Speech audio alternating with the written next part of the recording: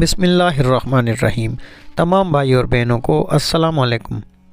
ناظرین گرامی، حضور پاک صلی اللہ علیہ وآلہ وسلم قباء سے مدینہ منورہ پہنچے اور صحابہ کرام رضی اللہ تعالیٰ عنہم اجمعین سے قریشی لشکر سے مقابلے کے سلسلے میں مشورہ کیا۔ حضور پاک صلی اللہ علیہ وآلہ وسلم کی رائے یہ تھی کہ قریش پر شہر سے باہر حملہ کرنے کے بجائے شہر میں رہ کر اپنا دفاع کیا جائے۔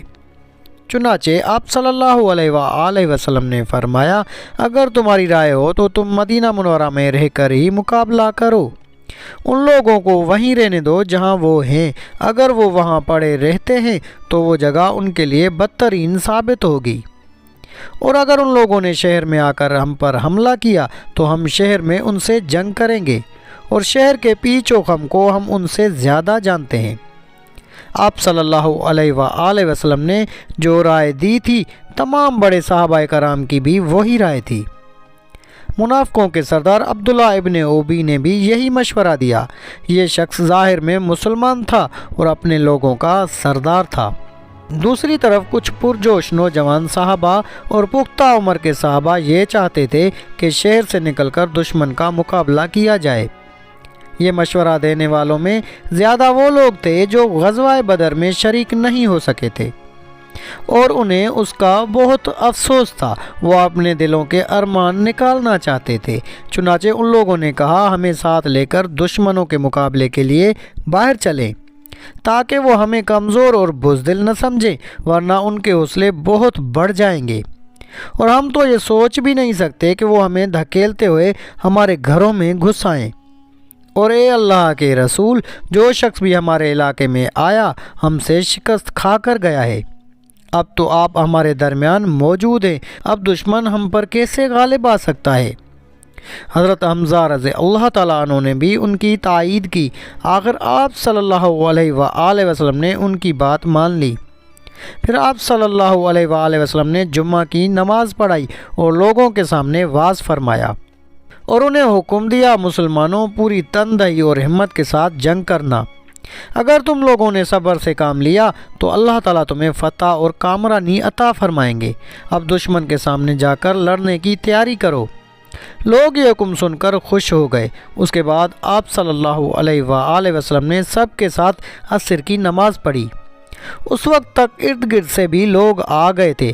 پھر آپ صلی اللہ علیہ وآلہ وسلم حضرت ابو بکر صدیق اور حضرت عمر رضی اللہ تعالیٰ عنہ کے ساتھ گھر میں تشریف لے گئے۔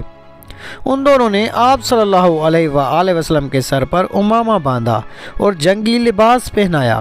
باہر لوگ آپ صلی اللہ علیہ وآلہ وسلم کا انتظار کر رہے تھے اور صفیں باندھے کھڑے تھے۔ اس وقت حضرت سعد بن معاذ اور حضرت اسید بن حضیر رضی اللہ تعالیٰ عنہ نے مسلمانوں سے کہا، رسول اللہ صلی اللہ علیہ وسلم کی مرضی شہر میں رہ کر لڑنے کی تھی، تم لوگوں نے انہیں باہر نکل کر لڑنے پر مجبور کیا، بہتر ہوگا تم اب بھی اس معاملے کو ان پر چھوڑ دو۔ حضور پاک صلی اللہ علیہ وآلہ وسلم جو بھی حکم دیں گے، ان کی جو بھی رائے ہوگی، بھلائی اسی میں ہوگی، اس لیے حضور پاک صلی اللہ علیہ وآلہ وسلم کی فرما برداری کرو۔ باہر یہ بات ہو رہی تھی، اتنے میں حضور پاک صلی اللہ علیہ وآلہ وسلم باہر تشریف لے آئے۔ آپ صلی اللہ علیہ وآلہ وسلم نے جنگی لباس پہن رکھا تھا، دوہری زرہ پہن رکھی تھی۔ ان زرہوں کا نام ذات الفضول اور فضا تھا۔ یہ آپ صلی اللہ علیہ وآلہ وسلم کو بنی قینقاع سے مال غنیمت سے ملی تھی۔ ان میں سے ذات الفضول وہ ذرہ ہے کہ جب حضور پاک صلی اللہ علیہ وآلہ وسلم کا انتقال ہوا تو یہ ایک یہودی کے پاس رہن رکھی ہوئی تھی۔ حضرت ابو بکر صدیق رضی اللہ تعالیٰ عنہ نے یہودی کی رقم ادا کر کے اسے واپس لیا تھا۔ ذرہیں آپ صلی اللہ علیہ وآلہ وسلم نے لباس کے اوپر پہن رکھی تھی۔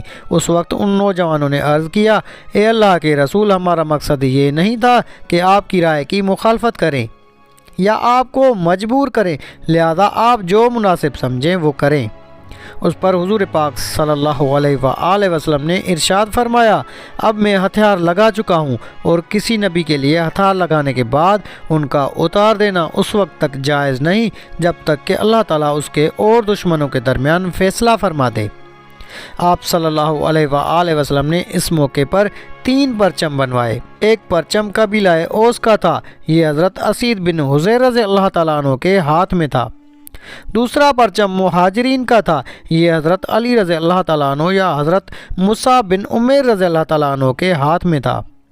تیسرا پرچم قبیلہ غزرج کا تھا، یہ حباب بن منظر رضی اللہ تعالیٰ عنہ یا حضرت سعد بن عبادہ رضی اللہ تعالیٰ عنہ کے ہاتھ میں تھا۔ اس طرح حضور پاک صلی اللہ علیہ وآلہ وسلم 1000 کا لشکر لے کر روانہ ہوئے۔ لشکر میں آپ صلی اللہ علیہ وآلہ وسلم کے آگے سعد بن معاذ اور سعد بن عبادہ رضی اللہ تعالیٰ عنہ چل رہے تھے۔ یہ دونوں قبیلہ اوس اور خزرج کے سردار تھے۔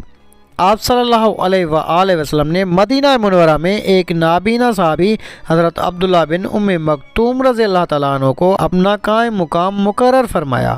مدینہ منورہ سے کوچ کر کے آپ صلی اللہ علیہ وآلہ وسلم سنیا کے مقام پر پہنچے، پھر یہاں سے روانہ ہو کر شیخین کے مقام پر پہنچے۔ شیخین 2 پہاڑوں کا نام تھا۔ یہاں آپ صلی اللہ علیہ وآلہ وسلم نے لشکر کا معائنہ فرمایا اور کم عمر نوجوانوں کو واپس بھیج دیا۔ یہ ایسے نوجوان تھے کہ جو ابھی 15 سال کے نہیں ہوئے تھے۔ ان کم سن مجاہدوں میں رافع بن خدیج اور سمرہ بن جندب رضی اللہ تعالیٰ عنہ بھی تھے۔ لیکن پھر آپ صلی اللہ علیہ وآلہ وسلم نے حضرت رافع رضی اللہ تعالیٰ عنہ کو جنگ میں حصہ لینے کی اجازت دے دی۔ یہ دیکھ کر حضرت سمرہ بن جندب رضی اللہ تعالیٰ عنہ نے کہا، آپ نے رافع کو اجازت دے دی جبکہ مجھے واپس جانے کا حکم فرمایا، حالانکہ میں رافع سے زیادہ طاقتور ہوں۔ اس پر آپ صلی اللہ علیہ وآلہ وسلم نے فرمایا، اچھا تو پھر تم دونوں میں کشتی ہو جائے۔ دونوں میں کشتی کا مقابلہ ہوا۔ سمرہ بن جندب رضی اللہ تعالیٰ عنہ نے رافع بن خدیج رضی اللہ تعالیٰ عنہ کو پچھاڑ دیا۔ اس طرح انہیں بھی جنگ میں حصہ لینے کی اجازت ہو گئی۔ آپ صلی اللہ علیہ وآلہ وسلم فوج کے معائنے سے فارغ ہوئے تو سورج غروب ہو گیا۔ حضرت زبیر رضی اللہ تعالیٰ عنہ نے اذان دی، آپ صلی اللہ علیہ وآلہ وسلم نے نماز پڑھائی، پھر عشاء کی نماز ادا کی گئی۔ نماز کے بعد آپ صلی اللہ علیہ وآلہ وسلم آرام فرمانے کے لیے لیٹ گئے۔ رات کے وقت پہرا دینے کے لیے آپ صلی اللہ علیہ وآلہ وسلم نے 50 مجاہدوں کو مقرر کیا۔ ان کا سالار حضرت محمد بن مسلمہ رضی اللہ تعالیٰ عنہ کو مقرر فرمایا۔ یہ تمام رات اسلامی لشکر کے گرد پہرا دیتے رہے۔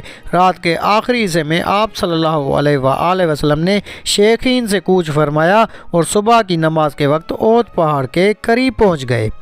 اسلامی لشکر نے جہاں پڑاؤ ڈالا اس مقام کا نام شوط تھا۔ آپ صلی اللہ علیہ وآلہ وسلم نے یہاں فجر کی نماز ادا فرمائی۔ اس وقت لشکر میں عبداللہ بن ابی بن سلول بھی تھا، یہ منافق تھا۔ اس کے ساتھ 300 جوان تھے، یہ سب کے سب منافق تھے۔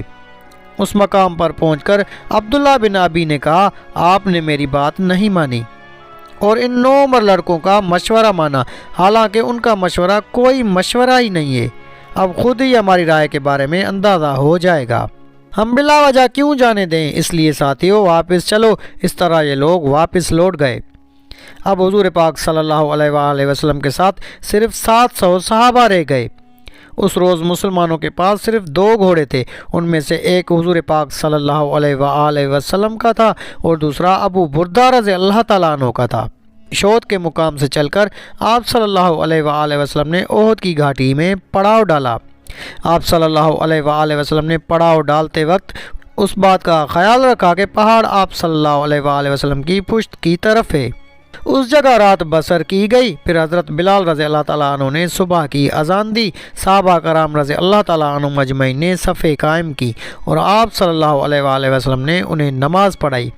نماز کے بعد حضور پاک صلی اللہ علیہ وآلہ وسلم نے مسلمانوں کو خطبہ دیا، اس میں جہاد کے بارے میں ارشاد فرمایا۔ جہاد کے علاوہ حضور پاک صلی اللہ علیہ وآلہ وسلم نے حلال روزی کمانے کے بارے میں بھی نصیحت فرمائی اور فرمایا، جبرائیل علیہ السلام نے میرے دل میں یہ وحی ڈالی ہے کہ کوئی شخص اس وقت تک نہیں مرے گا جب تک کہ وہ اپنے حصے کا رزق ایک ایک دانہ حاصل نہیں کر لیتا، چاہے کچھ دیر میں حاصل ہو، مگر اس میں کوئی کمی واقع نہیں ہو سکتی۔ اس لیے اپنے پروردگار سے ڈرتے رہو اور رزق کی طلب میں نیک راستہ اختیار کرو۔ ایسا ہرگز نہیں ہونا چاہیے کہ رزق میں دیر لگنے کی وجہ سے تم اللہ کی نافرمانی حاصل کرنے لگو۔ پھر آپ صلی اللہ علیہ وآلہ وسلم نے یہ بھی ارشاد فرمایا، ایک مومن کا دوسرے مومن سے ایسا ہی رشتہ ہے جیسے سر اور بدن کا رشتہ ہوتا ہے۔ اگر سر میں تکلیف ہو تو سارا بدن درد سے کانپ اٹھتا ہے۔ اس کے بعد دونوں لشکر آمنے سامنے آ کھڑے ہوئے۔ تو ناظرین گرامی، یہ تھی ہماری آج کی ویڈیو۔ اگر آپ کو ویڈیو اچھی لگی تو ویڈیو کو لائک کر کے اپنے دوست و احباب سے زیادہ شیئر کریں۔ جزاک اللہ۔